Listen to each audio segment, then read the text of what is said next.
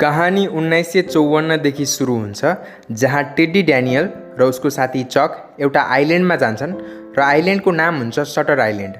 त्यो आइल्यान्डमा एउटा हस्पिटल हुन्छ जसको नाम हुन्छ एस्क्लिफ हस्पिटल र त्यो हस्पिटलमा यस्तो कैदीहरूलाई राखिने गरिन्छ जसको दिमागी हालत ठिक हुँदैन। टेडी ड्यानियल यानि कि डिक्याप्रियो आफ्नो काममा धेरै राम्रो हुन्छ किनकि उसले वर्ल्ड वार 2 पनि लडिसकेको हुन्छ र उसले वर्ल्ड वार 2 मा धेरैजना मान्छेको ज्यान पनि बचाएको हुन्छ। त्यहाँ पुगिसकेपछि उनीहरूले डाक्टर कलीलाई भेट्छन्। खासमा उनीहरू त्यहाँ एउटा केसको इन्भेस्टिगेसन गर्नको लागि आएका हुन्छन्। रेचल सोलान्डो जो त्यहाँको एकजना पेसेन्ट हुन्छ, ऊ अचानक आफ्नो रुमदेखि गायब भएको हुन्छन् र उनीहरू दुईजना यो कुरा पत्ता लगाउनलाई त्यहाँ गएका हुन्छन् कि आखिर रेचल सोलान्डो आफ्नै रुमबाट कसरी गायब भए। डाक्टर कलीले उनीहरू दुवैजनालाई रेचल सोलान्डोको रुममा लैजान्छन् र रुममा पुर्याएर उनीहरूलाई बताइन्छ कि रेचल सोलान्डोको रुम बाहिरदेखि बन्द थियो र त्यहाँको झ्याल पनि जस्ताको त्यस्तै छ। ऊ अचानक त्यो रुमबाट गायब भई। डाक्टर कलीले उनीहरूलाई यो कुरा पनि बताउँछन् कि रेचल सोलान्डोले आफ्नो छोराछोरीहरूलाई घर पछाडिको झिलमा लगेर डुबाएर मारेकी थिइन्। उसको 3 जना छोराछोरीहरू थिए र उनी एउटा विधवा महिला थिइन्। त्यहाँ आइपुगिसकेपछि रेचल सोलान्डोले कहिले पनि यो कुरा मानेनन् कि उसको छोराछोरीहरू मरिसकेको छन्। उसलाई लाग्थ्यो कि उसको छोराछोरीहरू अझै पनि जिउँदै छन्। त्यसैले उसले आफ्नै एउटा काल्पनिक ढाँचा तयार पारेकी थिइन् र हामीहरू सबैलाई एउटा अर्कै क्यारेक्टर दिएकी थिइन्। उसले हामीलाई उसको प्लम्बर ड्राइभर सोच्थिन्।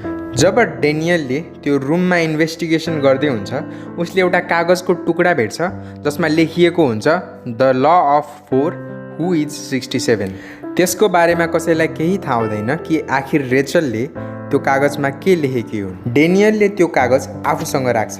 त्यसपछि डेनियलले त्यहाँको सबै स्टाफहरूसँग पुछताछ सुरु गर्छ कि आखिर रेचल त्यो रुमदेखि कसरी गायब भइन्, तर उसले केही पनि थाहा पाउँदैन। यस्तो लाग्छ कि सायद रेचल त्यो रुमदेखि गायब भएकी हुन्। त्यसपछि कलीले डेनियल र चकलाई एउटा डाक्टरसँग भेटाउँछन् जसको नाम जेरेमी हुन्छ।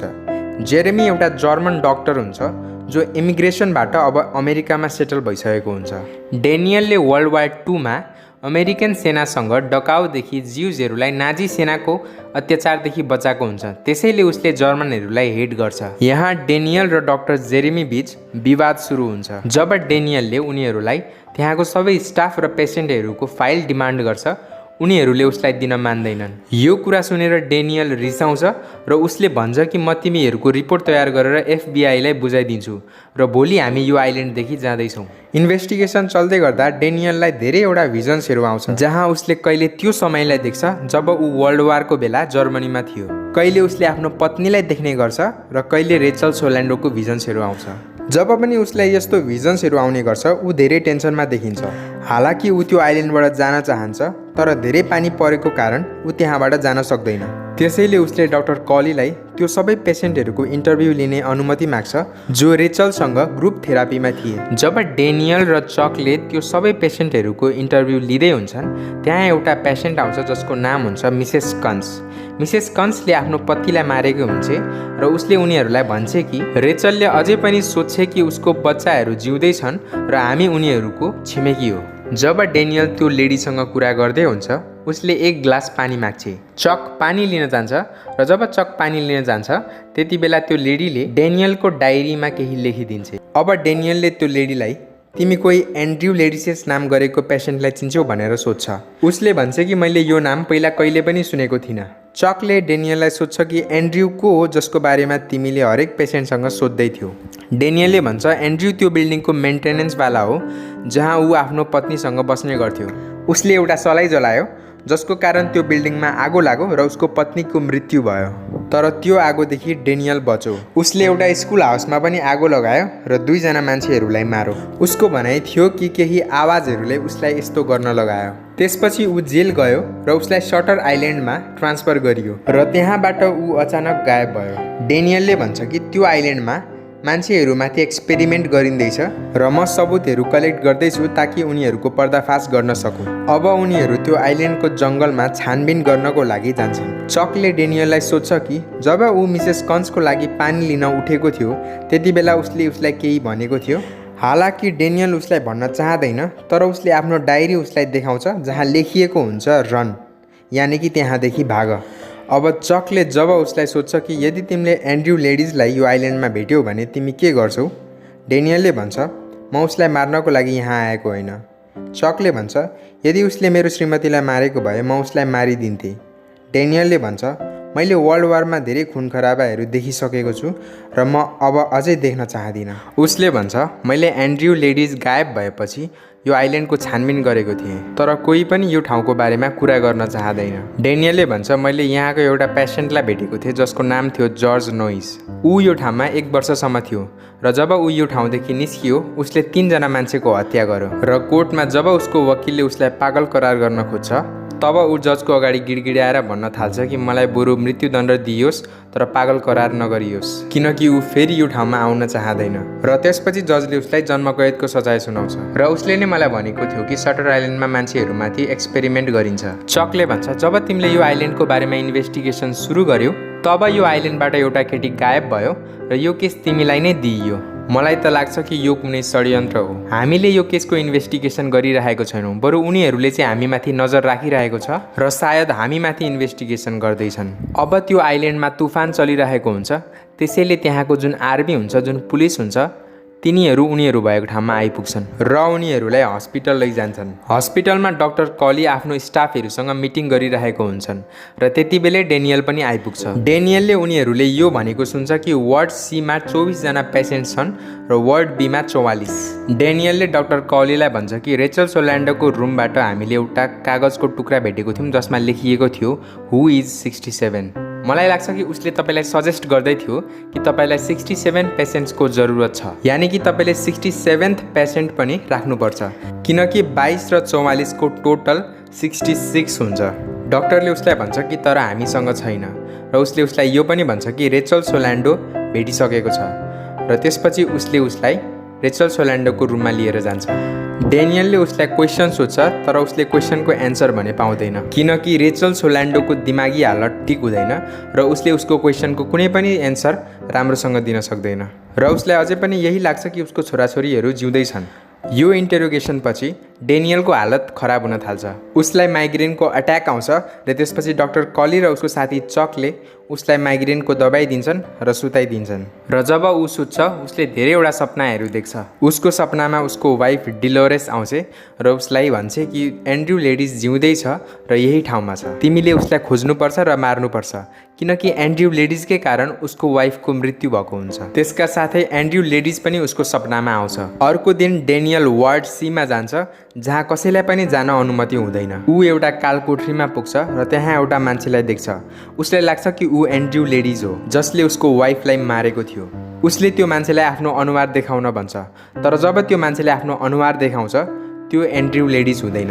त्यो मान्छे जर्ज नोइस हुन्छ जसलाई 1 सालसम्म त्यहाँ राखिएको थियो र त्यसपछि उसलाई जन्मकैदको फैसला सुनाइएको थियो। जर्ज नोइस त्यो मान्छे हुन्छ जसले उसलाई त्यो ठाउँको बारेमा बताएको हुन्छ। जर्जको मुखमा धेरैवटा घाउहरू हुन्छ। उसले सोच्छ कि यो सब तिमीलाई कसले गर्यो? जर्जले भन्छ, तिमीले गर्यौ, यो सब एउटा चाल हो तिम्रो लागि। तिमीलाई के लाग्छ तिमी यहाँ इन्भेस्टिगेसन गर्दैछौ? होइन, तिमी एउटा भुलभुलैयामा हराएको एउटा मुसा हो। जर्जले भन्छ, तिमी यहाँ एक्लै काम गरिरहेको छौ? डेनियलले भन्छ, होइन, मेरो एउटा साथी छ। जर्जले भन्छ, के तिमीले उसँग पहिला पनि काम गरेको थियौ? डेनियलले जवाब दिन्छ, होइन, म मान्छेहरू चिन्छु। जर्जले भन्छ, यसको मतलब उनीहरूले अब जितिसके। अब उनीहरूले मलाई लाइट हाउस लैजान्छन् र मलाई काट्छन्। खासमा त्यो आइल्यान्डमा एउटा लाइट हाउस हुन्छ जहाँ कसैलाई पनि जाने अनुमति हुँदैन। जर्जले उसलाई यो पनि भन्छ कि तिमीले एन्ड्रयू लेडिजलाई मार्न र साँचो कुरा पत्ता लगाउन दुइटै एकैचोटि गर्न सक्दैनौ। तिमीले यी दुईटा मध्ये एउटालाई चुज गर्नुपर्ने हुन्छ र तिमीले आफ्नो पत्नी डिलोरेसलाई पनि जान दिनुपर्छ। खासमा डेनियलले बारम्बार डिलोरेसलाई आफ्नो भिजन्समा, आफ्नो हेलुसिनेसन्समा बारम्बार देखिरहेको हुन्छ र फेरि पनि उसको पत्नी उसको अगाडि आइपुग्छ। जर्जले भन्छ कि उसलाई जान देऊ। डेनियलले भन्छ कि म यो गर्न सक्दिनँ। उसले भन्छ, त्यसो भए तिमी यो आइल्यान्डदेखि कहिले पनि निस्किन सक्दैनौ। खासमा डेनियल रेचल सोल्यान्डोलाई खोज्दै त्यहाँ आइपुगेको हुन्छ किनकि उसलाई अरू कतैतिर सिफ्ट गरिदिएको हुन्छ। जर्जले उसलाई भन्छ, तिमी जसलाई खोज्न यहाँ आएको छौ त्यो मान्छे यहाँ छैन। यसको मतलब त्यो मान्छे एउटै ठाउँमा हुन सक्छ। डेनियलले भन्छ, लाइट हाउस, र डेनियल त्यसपछि त्यहाँबाट जान्छ।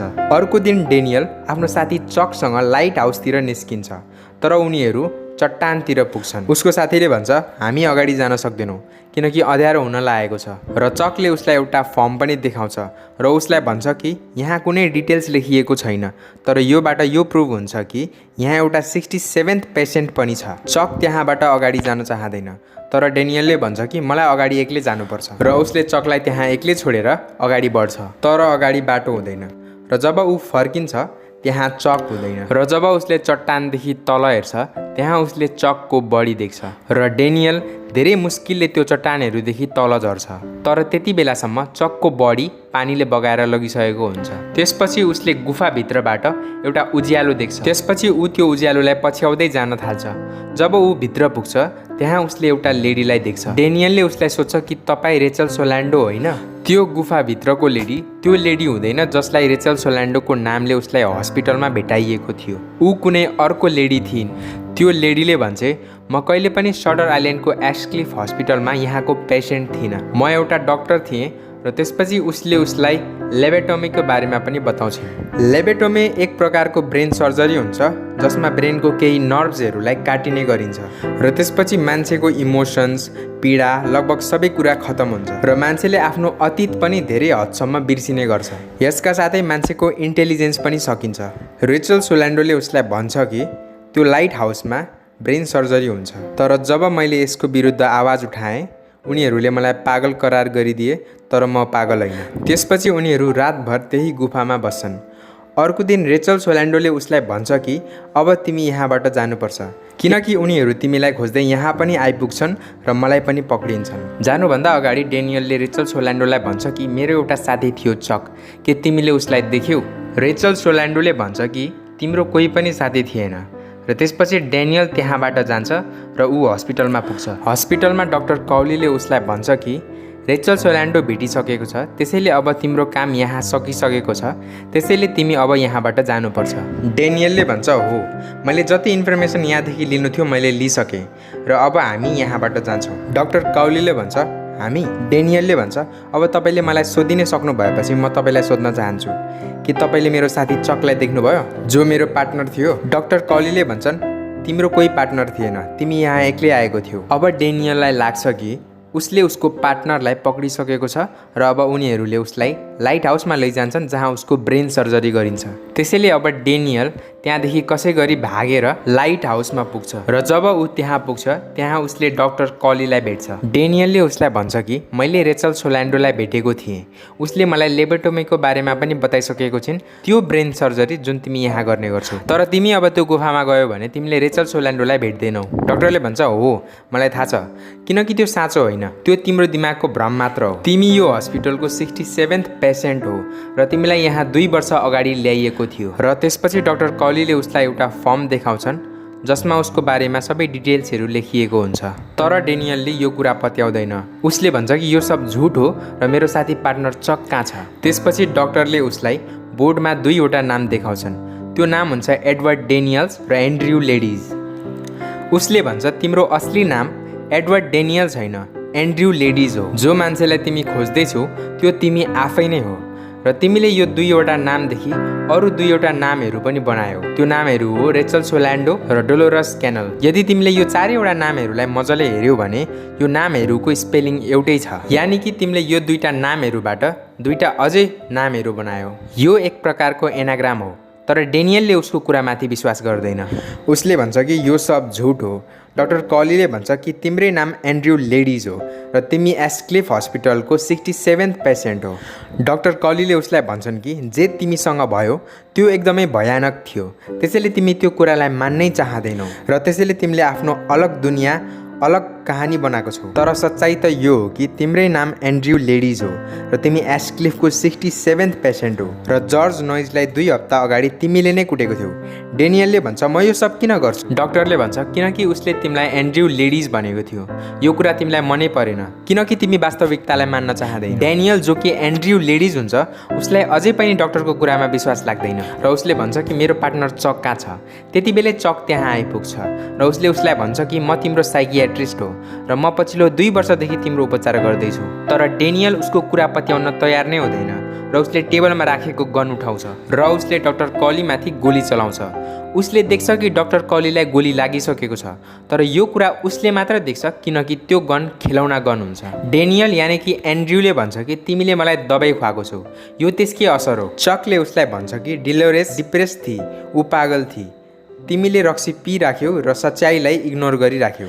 डिलोरेसले नै बिल्डिङमा आगो लगाएको थिए र तिमीले उनीहरूलाई लेकको छेउमा भएको घरमा लगेको थियौ र त्यहाँ तिम्रो पत्नीले तिम्रो 3 जना छोराछोरीलाई पानीमा डुबाइदिए र जुन बच्चालाई तिमी बारम्बार देख्ने गर्छौ त्यो तिम्रो आफ्नै छोरी थिए। र अब एन्ड्र्यूलाई सबै कुराहरू याद आउन थाल्छ कि कसरी उसको पत्नीले उसको 3 जना छोराछोरीहरूलाई पागलपनमा आएर मारिदिएकी थिए, किनकि एन्ड्र्यूको पत्नीको दिमागी हालत ठिक हुँदैन र त्यसपछि उसको पत्नीले उसलाई भन्छ कि मलाई फ्री गरिदेऊ। त्यसपछि एन्ड्र्यूले उसको पत्नीलाई गोली हानेर मारिदिन्छ र त्यसैले एन्ड्र्यू लेडिज यो ठुलो घटनालाई मान्नै चाहँदैन। त्यसैले उसले आफूलाई यो कुरा विश्वास दिलाइसकेको हुन्छ कि यो कुरा कहिले भएकै थिएन, तर अब उसले वास्तविकतालाई बुझिसकेको छ। उसले अब मान्छ कि उसले उसको पत्नीको हत्या गरेको थियो किनकि उसको दिमागी हालत ठिक थिएन र डेनियल नाम गरेको कोही पनि छैन। त्यसलाई मैले मेरो कल्पनाबाट बनाएको हो र रेचल सोल्यान्डो पनि मेरो कल्पनाको एउटा पात्र हो। एन्ड्र्यूले भन्छ कि म यो कुरा मान्न नै चाहिरहेको थिइनँ कि मेरो पत्नीले मेरो 3वटा बच्चालाई मारेकी थिइन् र मैले मेरो पत्नीलाई मारेको थिएँ जसलाई म धेरै माया गर्थेँ। डाक्टर कलीले उसलाई भन्छ कि तिमीले 9 महिना अगाडि पनि यो सबै कुराहरू एक्सेप्ट गरिसकेको थियौ, तर तिमी फेरि आफ्नो बयानदेखि पल्ट्यौ। एन्ड्र्यूले भन्छ मलाई केही पनि याद छैन। डाक्टर कलीले भन्छन् तिमी सबै कुराहरूलाई फेरि रिसेट गर्ने गर्छौ। अब मलाई भरोसा हुनुपर्छ कि तिमीले सबै कुरा बुझिसकेको छौ र तिमीले सबै कुरालाई एक्सेप्ट गरिसकेको छौ। उसले भन्छ हो, मेरो नाम एन्ड्र्यू लेडिज हो र मैले आफ्नो पत्नीको हत्या सन् 1952 गरेको थिएँ। अर्को बिहान एन्ड्र्यूको छेउमा उसको साइकियाट्रिस्ट, जसलाई ऊ चक भन्ने गर्थ्यो, उसको छेउमा जान्छ। एन्ड्र्यूले उसलाई सोध्छ कि अर्को कदम के हुनुपर्छ। उसको साइकियाट्रिस्टले भन्छ तिमी भन। एन्ड्र्यूले भन्छ मलाई यो आइल्यान्डदेखि जसरी पनि निस्किनु छ किनकि यहाँ जे पनि हुँदैछ गलत हुँदैछ। यानि कि फेरि एकचोटि एन्ड्र्यूले आफूलाई डेनियल मानिसकेको छ र डाक्टर कलीले उसलाई असली दुनियाँमा ल्याउनको लागि जति पनि कोसिस गरेका थिए त्यो सब बेकार भइसकेको हुन्छ। अब प्रश्न यो आउँछ कि डाक्टर कलीले एन्ड्र्यूको लागि यो सब किन गरिरहेका थिए? किनकि डाक्टर कली उसलाई असली दुनियाँमा ल्याउन चाहन्थे, किनकि यदि ऊ असली दुनियाँमा आएन भने उसलाई लेबोटोमाइज गरिनेवाला थियो र डाक्टर कली लेबोटोमीको विरुद्धमा हुन्छन्। उनी आफ्नो पेसेन्टहरूलाई क्रिमिनलको रूपमा हेर्दैनथे, त्यसैले उनी एन्ड्र्यूलाई यो सबै गेममा सपोर्ट गर्छन् ताकि उसले आफूलाई असली दुनियाँमा ल्याउन सकोस्। त्यसैले उनले नक्ली रेचल सोल्यान्डोलाई पनि उसको अगाडि ल्याउँछन् जसको कुनै अस्तित्व नै हुँदैन र जुन रेचल सोल्यान्डोलाई एन्ड्र्यूले गुफामा भेट्छ त्यो उसको भ्रम मात्र हुन्छ। त्यो नामको मान्छे कोही पनि हुँदैन र हस्पिटलमा मिसेस कन्सले उसको डायरीमा रन त्यसकारण लेखेको हुन्छ किनकि उसले सबै कुरा डाक्टर कौलीको इसारामा गरेको हुन्छ र अब उसलाई लाग्छ कि एन्ड्र्यू ठिक हुन सक्दैन र उसलाई अब लेबोटोमाइज गरिनेछ। त्यसैले उसले उसलाई त्यहाँदेखि भाग्ने इसारा गर्छ। यसका साथै एन्ड्र्यूले जुन काल्पनिक रेचल सोल्यान्डोको रुमबाट कागजको टुक्रा भेटेको हुन्छ जसमा लेखिएको हुन्छ the law of 4 who is 67, त्यो डाक्टर कोलीले नै त्यहाँ छोडेका थिए किनकि ऊ चाहन्थे कि एन्ड्र्यूले त्यसको बारेमा छानबिन गरोस् र सत्य कुरा आफै पत्ता लगाओस्। त्यो कागजको टुक्रामा द ल अफ 4 यसकारण लेखिएको हुन्छ किनकि एन्ड्र्यूले आफ्नो नाम एन्ड्र्यू लेडिजबाट अर्को नाम एडवर्ड डेनियल्स बनाएको हुन्छ र आफ्नो श्रीमतीको नाम डोलोरेस च्यानलबाट रेचल सोल्यान्डो बनाएको हुन्छ। हु इज 67 यसकारण लेखिएको हुन्छ किनकि हस्पिटलमा 67 जना पेसेन्टहरू हुन्छन् र एन्ड्र्यू गन्ती गर्दाखेरि 67th पेसेन्ट हुन्छ। एन्ड्र्यू एउटा युएस मार्शल हुन्छ, त्यसैले डाक्टर कलीले उसलाई क्वेसन्सहरू छोडिदिन्छन् ताकि उसले त्यसको छानबिन गरोस् र वास्तविकता आफै पत्ता लगाओस् र आफ्नो काल्पनिक दुनियाँदेखि निस्कियोस् र हुन्छ पनि त्यस्तै नै। अन्त्यमा एन्ड्र्यूलाई सबै कुराहरू याद आउँछ तर उसले आफ्नो साइकियाट्रिस्टलाई फेरि पनि चक भनेर बोलाउँछ, यानि कि उसले फेरि पनि सबै कुराहरू बिर्सिसकेको छ। त्यसपछि उसको साइकियाट्रिस्टले डाक्टर कलीलाई अपरेसन फेल भएको कुरा इसारा गर्छ र अब उनीहरूले उसलाई लेबोटोमाइज गर्नको लागि लैजान्छन् र अब एन्ड्र्यूले चक यानि कि आफ्नो साइकियाट्रिस्टलाई प्रश्न गर्छ कि के राम्रो हुन्छ, एउटा मन्स्टर जसरी जिउन या एउटा राम्रो मान्छे भएर मर्न। र त्यसपछि ऊ उठेर त्यो मान्छेहरूतिर जान्छ जसले उसलाई लेबोटोमी गर्न लैजान्छन्। यहाँबाट यो कुरा थाहा हुन्छ कि एन्ड्र्यूलाई सबै कुराहरू याद आइसकेको हुन्छ, तर ऊ चाहन्छ कि उसलाई लेबोटोमी गराइयोस् किनकि ऊ त्यत्रो ठुलो पीडा लिएर बाँच्न चाहँदैन र सबै कुराहरू भुल्न चाहन्छ। र यो सँगै कहानीको अन्त्य हुन्छ।